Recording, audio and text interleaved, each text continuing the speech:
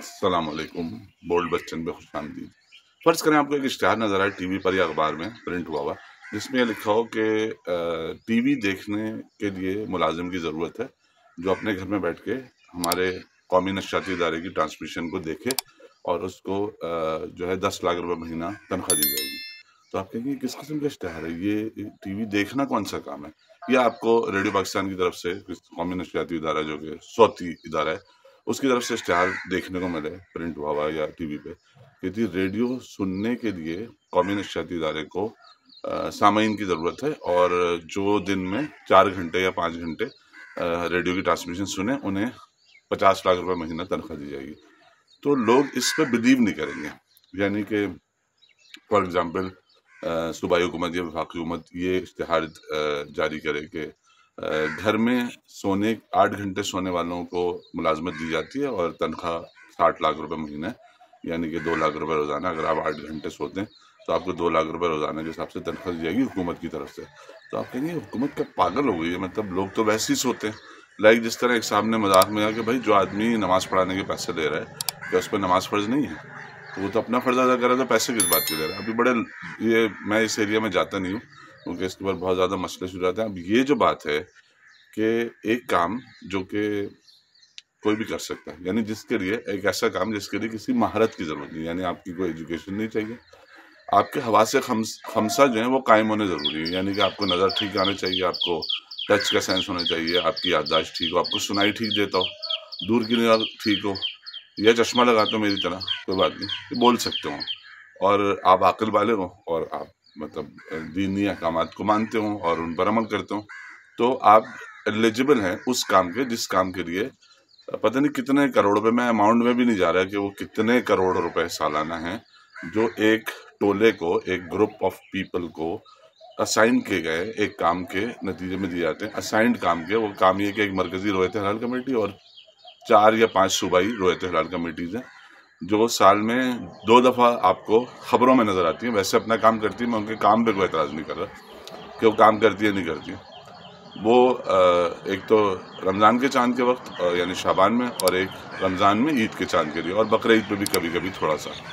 تو ان لوگوں کو چاند دیکھنے کے لیے جگہ الاٹ کی جاتی ہے، پھر جہاں پہ یہ اہتمام ہوتا ہے چاند دیکھنے کا دوربینوں کے ذریعے۔ پہلی بات تو یہ دوربین سے چاند دیکھنا، اگر دوربین سے چاند دیکھنا ہے یعنی اکوپمنٹ یوز کرنا ہے، تو جو ہمارا آبزرویٹری بہت ساری جگہوں پر ہے، کراچی یونیورسٹی میں، پنجاب یونیورسٹی میں، اسلام آباد میں، جہاں سے فلکیات کے سبجیکٹ میں، جو فلکیات کا مضمون جن یونیورسٹیز میں پڑھایا جاتا ہے، وہاں پہ جو مشاہدات کیے جاتے ہیں وہاں پہ بہت بڑی بڑی ٹیلیسکوپس لگی ہوئی ہیں جن کے ذریعے چیزوں کو دیکھا جاتا ہے روزانہ کی بنیاد پہ، سیارے دیکھے جاتے ہیں، تو چاند بھی ایک سیارہ ہے، اس کو بھی دیکھا جا سکتا ہے۔ لیکن اس معاملے میں حکم کیا ہے؟ حکم یہ کہ کوئی بھی ایک ایسا شخص جو عقل بالغ ہو، ایمان رکھتا ہو، عمل کرتا ہو، وہ دیکھے اور چاند نظر آ جائے تو وہ گواہی دے دے کہ جی میں نے چاند کو دیکھ لیا۔ یہ اتنا سا کام ہے۔ اس کے لیے 5 کمیٹیاں، ایک مرکزی، 4 صوبائی، جو اہتمام کرتی ہیں تقریب کا، جس کے اندر رشتہ دار اور جو بھی چلیں وہ نہیں آتے ہوں گے، ممبر ہی آتے ہوں گے، تو ممبر اگر صرف ممبر ہیں تو بہت سارے ہیں، اور اگر اور لوگ بھی آتے ہیں جو دوست یا رشتہ دار ہیں تو کیوں آتے ہیں۔ پھر وہاں پہ کئی ٹیلیسکوپ لگی ہوتی ہیں، ہم نے بچپن سے ٹی وی پہ دیکھا ہے، یہ ضیاء الحق کے صاحب کا دیا ہوا تحفہ ہے، وہ چلتا ہے اور وہاں ایک پورا اہتمام ہوتا ہے، پھر وہ ان کو قبض ہو جاتا ہے، خبر نہیں بتاتے، پھر وہ تراویح ہو جاتی ہے، اس کے بعد ابھی ریسنٹلی ہو چکا ہے، تراویح کے بعد انہوں نے اناؤنس کیا کل عید ہے۔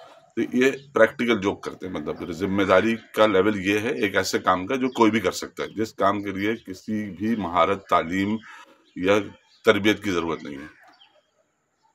14 سال پہلے چاند کیسے دیکھا جاتا ہے؟ زمین پہ کھڑ ہو کے دیکھتے تھے، اور اس کے لیے سیدھا حکم اگر بادل ہیں تو 30 دن پورے کر لو۔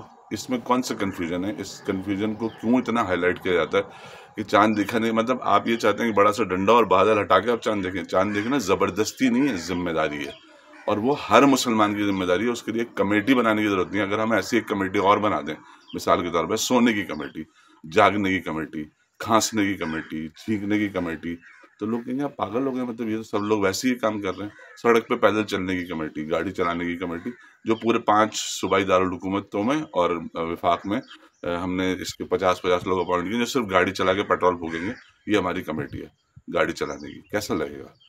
یا اور بھی کوئی کام، مطلب جو بھی کام اس طرح کے ہیں جو ہر کوئی کر سکتا ہے، اس کام کے لیے اسپیشلی کئی کروڑ روپے، 1 2 کروڑ 15 20 500 274 کروڑ روپے کا بجٹ ہے سال کا۔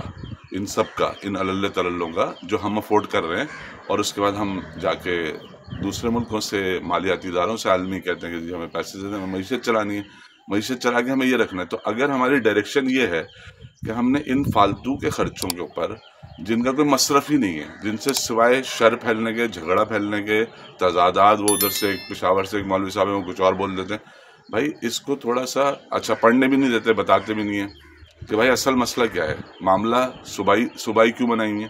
اگر مرکز نے اعلان کرنا ہے تو صوبائی کمیٹیاں کیوں ہیں؟ صوبائی کمیٹیوں کا اعلان ہے تو الگ الگ جگہ چاند کیوں نہیں ہو سکتا؟ کیا کسی ماہر فلکیات سے یہ بات پوچھی گئی ہے کہ ایک ملک میں 2-3 جگہ الگ ٹائمنگ میں چاند نکل سکتا ہے؟ یعنی 3 شہروں میں 2 الگ دن چاند نکلے، ایک دن پشاور میں نکلے، دوسرے دن اسلام آباد میں نکلے یا کراچی میں نکلے. ایسا ہو سکتا ہے نا؟ آپ کی لمبائی بہت ہے ملک کی، ورٹیکل ہے ملک.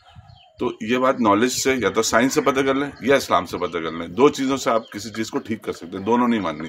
اسلام کے بارے میں جاننا نہیں ہے، اس طرف جانا نہیں ہے. جو بتا دیا گیا، جو ہمیں پڑھا دیا گیا، جو انجیکشن ٹھوک دیا گیا اس پہ بلیو کرو.